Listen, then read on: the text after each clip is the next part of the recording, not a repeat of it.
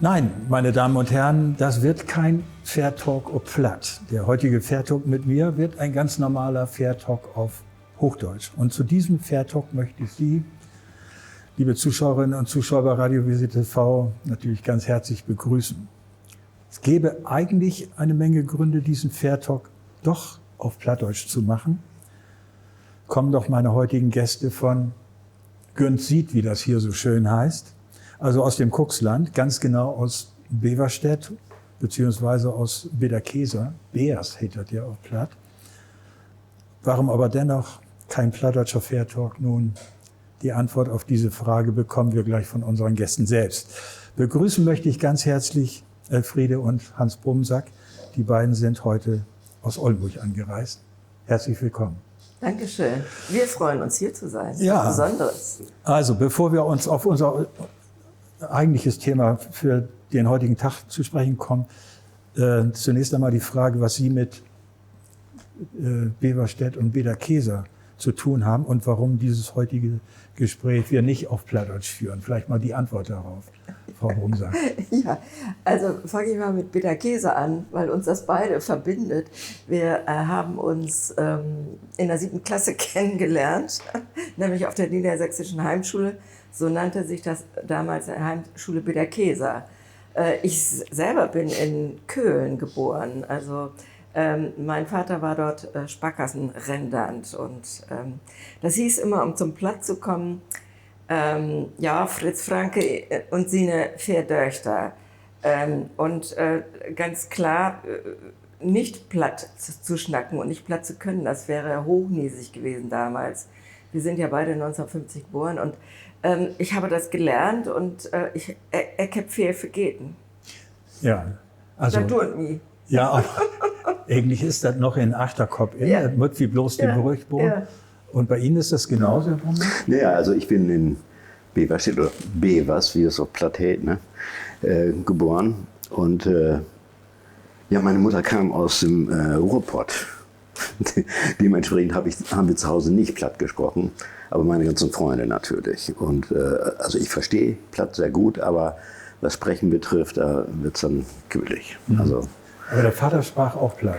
ja, die ganze Familie sprach früher Platt, das ist richtig. Also die sind ja da in Beverstedt groß geworden, waren lange dort ansässig und da sprach man Platt, ganz klar. Das gehörte zwangsläufig dazu. Ja. Ja, kommen wir zu dem eigentlichen Grund für meine Einladung an Sie heute. Ich war vor einiger Zeit bei einem Freund in Bokel in der Gemeinde Beverstedt, um ein Hörbuch auf Plattdeutsch einzusprechen. Auf dem Tisch lag ein Buch mit dem Titel Der Unbeugsame. Die Autorin Elfriede Brumsack. Mir war Frau Brumsack aus ganz anderen Zusammenhängen ein wenig bekannt und das Interesse, die Neugier für dieses Buch war geweckt. Der Freund hat es mir geschenkt.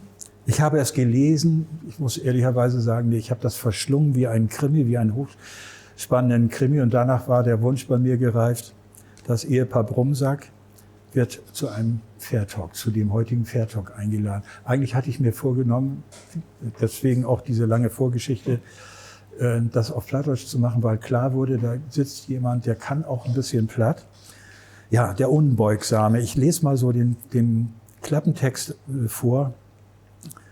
Ein Leben zwischen Verfolgung und Wiedergutmachung.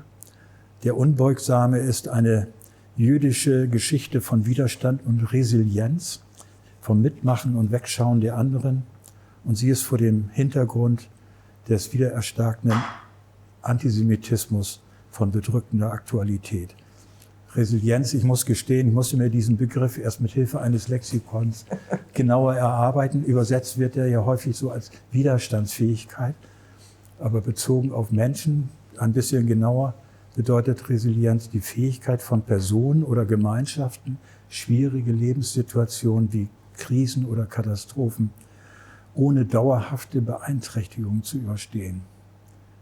Wir sollten dort beginnen, wo Sie, Herr Brumsack, ins Spiel kommen. Sie sind in Beverstedt geboren und aufgewachsen, haben Sie gerade eben schon erzählt, nach dem Zweiten Weltkrieg, 1950, am 31.07., in einer Familie mit einem jüdischen Vater. Da gibt es einiges zu erklären. Naja, also wie gesagt, ich bin 1950 geboren. Mein Vater ist 1946 nach dem Krieg wieder nach Beverstedt gekommen. Und als ich geboren wurde, war das Haus, in dem wir damals lebten, noch nicht wieder in seinem Besitz, obwohl es sein Elternhaus war.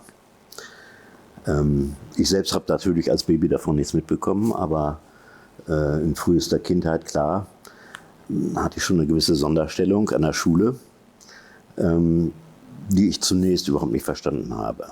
Erst im späteren Leben sozusagen wurde mir bewusst, dass das schon was Besonderes ist, einen jüdischen Vater zu haben, der im Krieg geflüchtet ist nach England und der wieder zurückkam als einer der wenigen und der versuchte, das Schicksal seiner Verwandten aufzuklären. Also andererseits muss ich auch sagen, habe ich viele der Dinge, die meine Frau dann letztendlich in Archiven erfahren hat, nicht gewusst. Also der Vater, beziehungsweise Schwiegervater Julius Brumsack, um dessen Lebensgeschichte ja es in dem Buch geht, wurde 1915 in Beverstedt geboren. Und Sie sollten uns ein wenig über Kindheit und Jugend von Julius Brumsack erzählen, Frau Brumsack. Genau, über seine Kindheit, seine Jugend habe ich natürlich vor allen Dingen von meinem Schwiegervater erfahren und natürlich von meinem Mann. Also ich muss dazu sagen, ich kannte Julius Brumsack seit meinem 16. Lebensjahr, also mehr als 50 Jahre.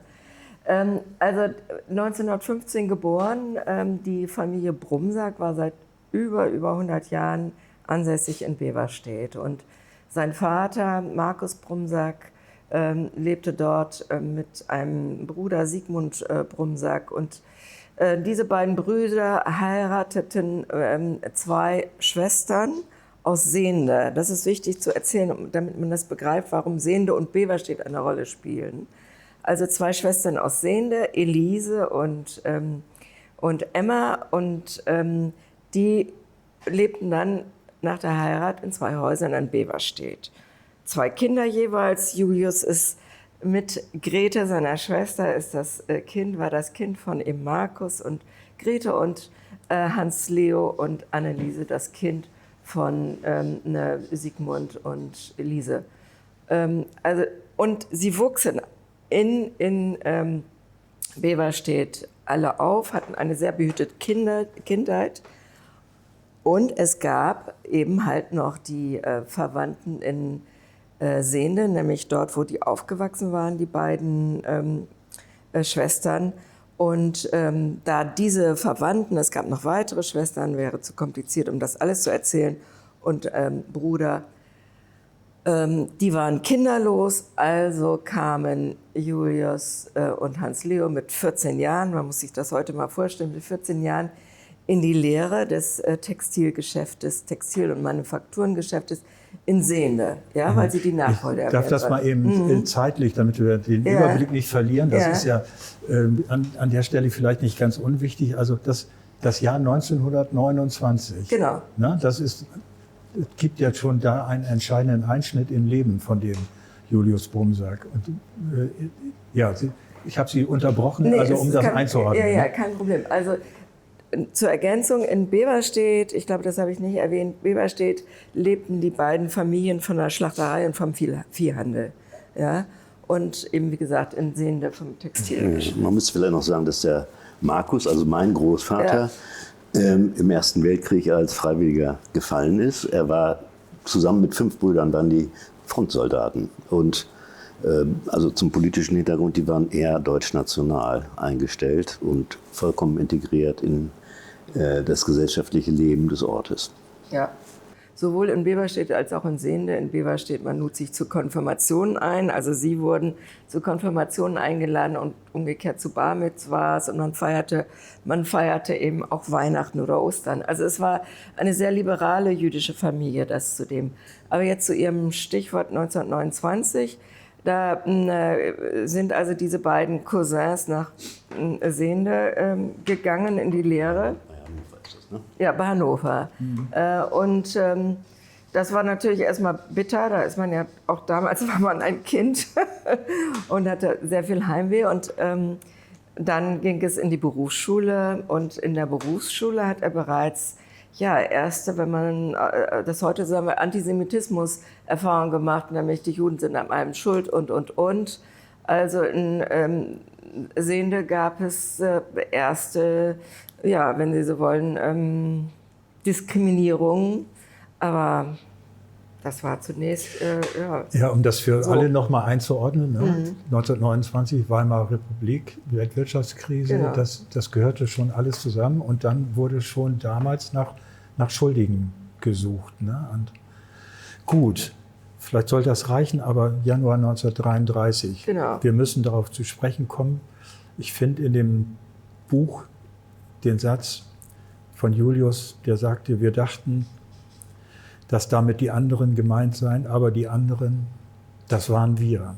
Vielleicht können Sie anhand dieses Satzes erklären, was das Leben für ihn so komplett veränderte. Also ich glaube oder wir glauben, dass also die Familie, das heißt der Onkel Sully und die Tante Paula, bei denen er war, und alle anderen, dass sie auch am Anfang ganz viel verdrängt haben. Also am Anfang meine ich das ging ja dann ganz schnell, aber mit der Machtübernahme durch Hitler am 1. Januar, Sie haben es eben gesagt, 1933, da kam ja ganz schnell der 1. April, eigentlich Aprilscherz, aber es war kein Aprilscherz, sondern ganz schrecklich, nämlich Boykott, Judenboykott und auch sie wurden boykottiert. Und so, aber wirklich nur langsam sickerte das durch. Sie waren glühende Deutsche und sie wollten es lange auch nicht glauben. Und mit diesem Jahr 1933, also mit dem Boykott, zunächst hat man ja Hitler nur wohlgemerkt, die politischen Gegner versucht auszuschalten. Aber das meint er mit Sicherheit im Tagebuch, sagt er das, die anderen. Aber dass die anderen, dass damit sie gemeint wurden, das ist ihnen langsam erst ins Bewusstsein gedrungen. Und dann gab es ja die ersten Denunziationen durch SA-Leute, dieses nicht mehr in Kneipen oder Jazzkneipen, Restaurants gehen zu können. Das entwickelte sich ja nicht mal mehr langsam, sondern nahm stetig zu. Das hat auch Julius erlebt, davon wird ja im Buch auch gesprochen. Ja, er wird ja eines Tages auch mit seinem Cousin Hans Leo also es findet eine Durchsuchung statt. Man ist der Meinung, dass es lächerlich ein Spion gewesen sei, für die Russen spioniert habe.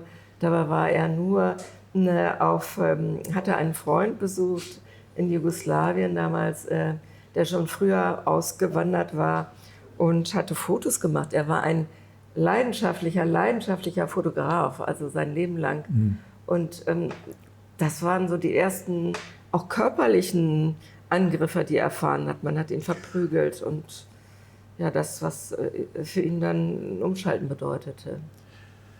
Ja, der November 38 bringt dann für Julius Brumsack eine weitere entscheidende Wende. Und er fällt dann einen für sein weiteres Leben entscheidenden Entschluss. Sie überschreiben dieses Kapitel, ich lese das ab, komm mit, sagte der Hahn. Genau. Was war geschehen? Ja, also es hatte sich ja so langsam in diese Richtung entwickelt, dass er das Gefühl hatte, das geht nicht mehr so, dieses Leben hier, und das wird schwierig, aber natürlich gleichzeitig Familie und. Aber ich denke mal, der ausschlaggebende oder der Impuls, dann zu flüchten, war der 8. 9. November, nämlich dann ist er in der Nacht vom 8. zum 9. November in seiner neuen Wohnung, weil sie ja kein Geschäft mehr hatten, ist er, wenn man so will, inhaftiert worden. Also man hat ihn mitgenommen, man hat ihn verprügelt und man hat als Leo, seinen Cousin, hat man in der Nacht ins KZ Sachsenhausen transportiert. Der ist dort 6 Wochen gewesen und dann wieder zurückgekommen er ist misshandelt worden mit all den schrecklichen Dingen, von denen wir ja auch von vielen anderen Menschen, die damals deportiert wurden, mittelfristig, kurzfristig oder nicht zurückgekommen sind. Und das hat ihn geschockt und dann hat er gesagt, jetzt ist Schluss. Ich gehe. Ich gehe nach England. Genau. Ja, wobei natürlich ich gehe nach England, Ja. es ist ein frommer Wunsch, solange man nicht tatsächlich die Option hat zu gehen. Und es wurde ja schon erwähnt, er war ein begeisterter Hobbyfotograf, aber er war auch ein begeisterter Philatelist. Das heißt, er hat Briefmarken gesammelt und hatte unglaublich viele Verbindungen, die ihm letztendlich das Leben gerettet haben. Mhm. Das war unglaublich schwer, weil wir haben ja diese Korrespondenzen, dass er überall anfragt, also selbst bis nach Australien. Also diese Angst muss man sich vorstellen, die jemand hat, weil man hat mir auch gedroht, wenn du nicht hier verschwindest aus Deutschland, dann kommst du auch ins KZ. Also er war unter einem enormen Druck und dann hat er es geschafft, wie du das eben auch schon gesagt hattest, er hat es geschafft, im April 1939 nach England zu fliehen. Gut, über die Zeit in England vielleicht nicht so ganz viel. Ja, genau. Also es geht um das Buch. In dem Buch kann man das wunderschön nachlesen. Hochspannend, auch die Zeit in England. Aber vielleicht können Sie so in 3-4 Sätzen, stichwortartig, über die Zeit in England, was jetzt wichtig erscheint für Sie oder für Sie auch, Herr Bromberg. Ja, genau. Willst du anfangen? Naja, also er ist in England gelandet als Flüchtling. Unter sehr ärmlichen Bedingungen hat er in Glasgow gelebt. Und als dann der Krieg ausbrach, war klar, alle Deutschen, die in England lebten zu der Zeit, nicht nur die Juden, wurden natürlich gecheckt, ob sie sozusagen verlässlich sind. Und in diesem Fall die Juden konnten sich melden zur englischen Armee oder Internierung auf der Isle of Man. Das war die Alternative. Also hinter Stacheldraht leben oder in die Armee eintreten. Er ist dann in die Armee eingetreten und hat letztendlich seit 1940 als Pionier im Pioneer Corps der englischen Armee gedient. Hat sozusagen auch diese ganzen Invasionsgeschichten mitgemacht. Letztendlich ist er dann, also Ende des Zweiten Weltkrieges hat er erlebt in Brüssel. Und danach ist er dann nach Deutschland gegangen als Besatzungssoldat. Er kam ja nicht aus der Armee raus, weil er hatte sich ja verpflichtet, bis zum Friedensschluss Mitglied der englischen Armee zu sein. Und dementsprechend ist er auch erst weit nach Kriegsende aus der Armee entlassen worden. Oder so. Genau. Ja, auf den Tag, den 8. Mai 1945, den er in Brüssel erlebt hat, da finde ich den Satz, das Gefühl des Sieges überwältigte Julius, aber es schmeckte bittersüß wie das belgische Bier, das ihm ein alter Mann lachend reichte. Also diese Gefühlslage muss man vielleicht noch mal erklären. Ja. Also für ihn auch. Also es war ja so, dass oder umgekehrt gesagt, am Anfang bekam er noch Post aus Beverstedt. Das wurde immer weniger und dann gab es gar keine Post mehr. Und das hat ihn ja natürlich zutiefst beunruhigt. Deshalb diese Angst, dass sie nicht mehr in Beverstedt sein könnten, dass was mit ihnen so ganz vage zunächst mal passiert sein könnte. Und man muss sich auch vorstellen oder kann sich vorstellen, dass hier und da Nachrichten natürlich durchsickerten, was mit den Juden passiert war. Und insofern hat er noch im April 1944, also schon ein paar Wochen vor Kriegsende, an das Internationale Deutsche Rote Kreuz geschrieben, sind die Verwandten, Mutter, Schwester und so weiter noch da, Beverstedt und, wo sind sie? Und es gab natürlich keine Antwort, klar, das war zu früh. Also er hat es befürchtet oder geahnt, dass etwas nicht stimmt. Es gab natürlich auch die Meldungen in britischen Rundfunksendern, die sehr gut informiert waren, auch zum Teil später dann über die Gräueltaten, die von den Deutschen begangen wurden.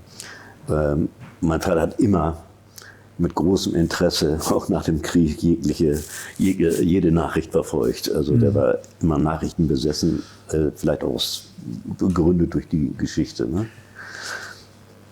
Im April 1946 landet er in Stade als britischer Besatzungssoldat und da beschließt er, mehr oder weniger ungenehmigt in seinen Heimatort Beverstedt zu fahren, der ja nur wenige Kilometer entfernt liegt.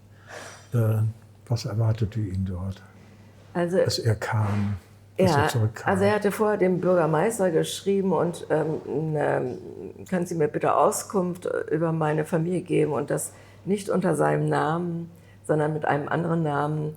Er wollte, also ich sage mal, da inkognito in das Dorf kommen. Und da hat der Bürgermeister gesagt, Sie sind dann und dann abgereist, aber wohin Sie gekommen sind, das entzieht sich meiner Kenntnis. Ja.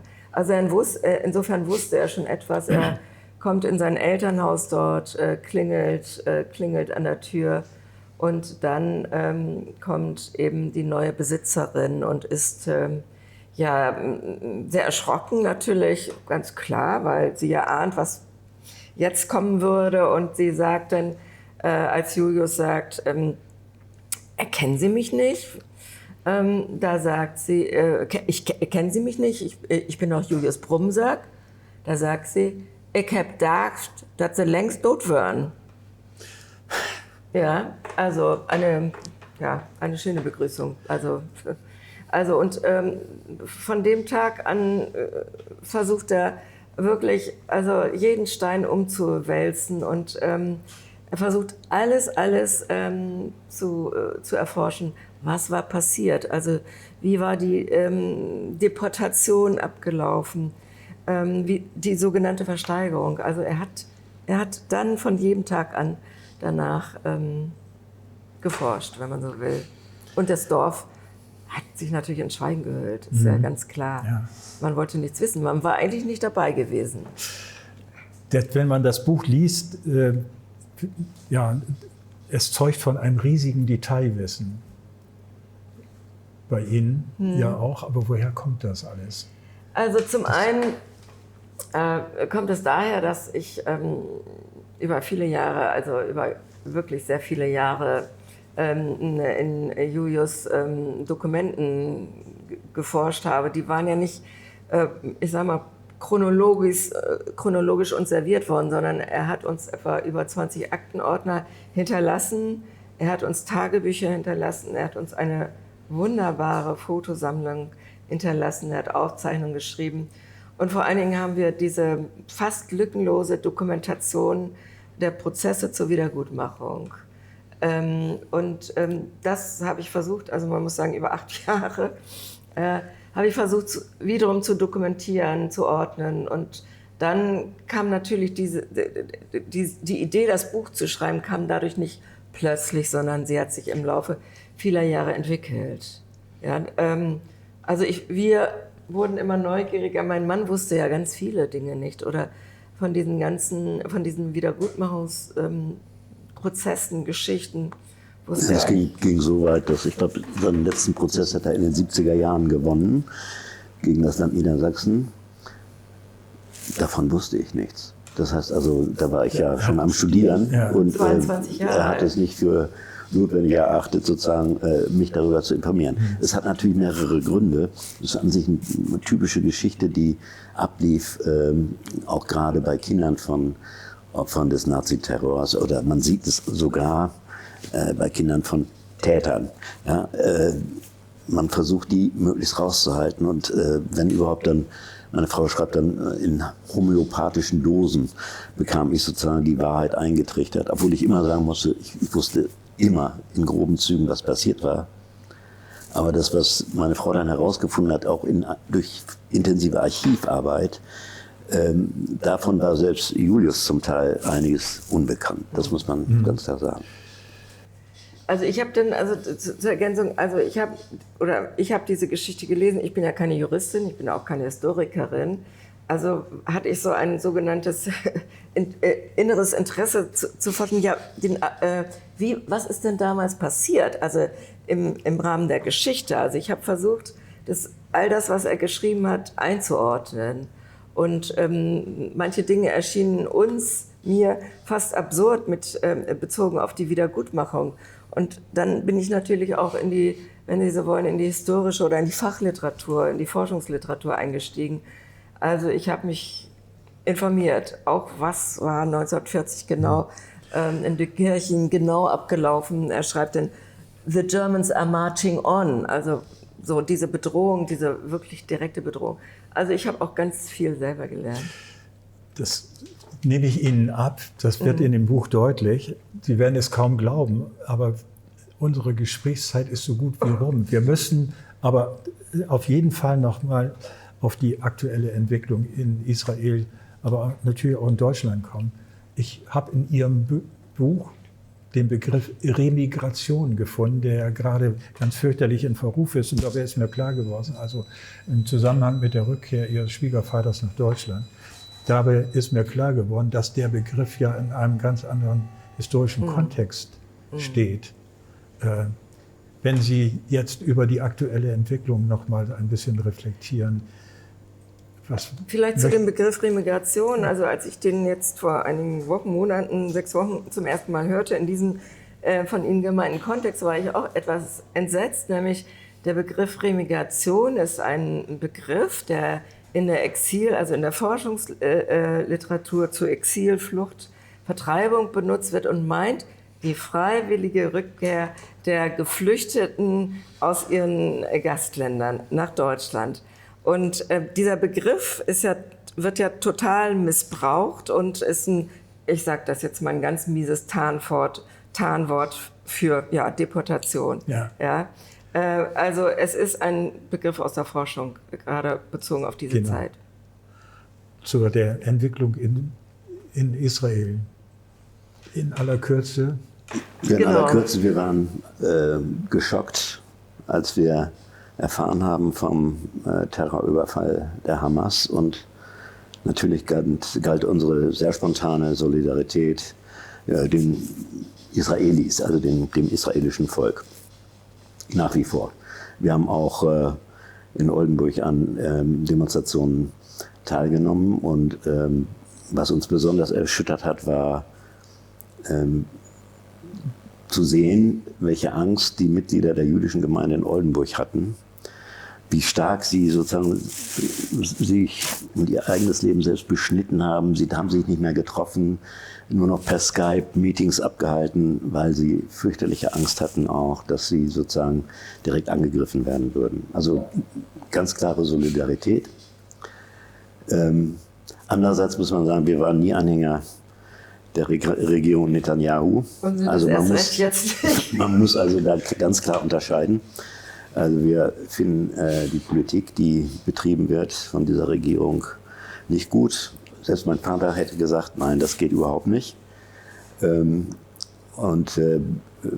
Insofern haben wir zwar eine ganz klare Position, wir sind solidarisch mit dem jüdischen Volk und dessen Existenzrecht, das halten wir für absolut essentiell.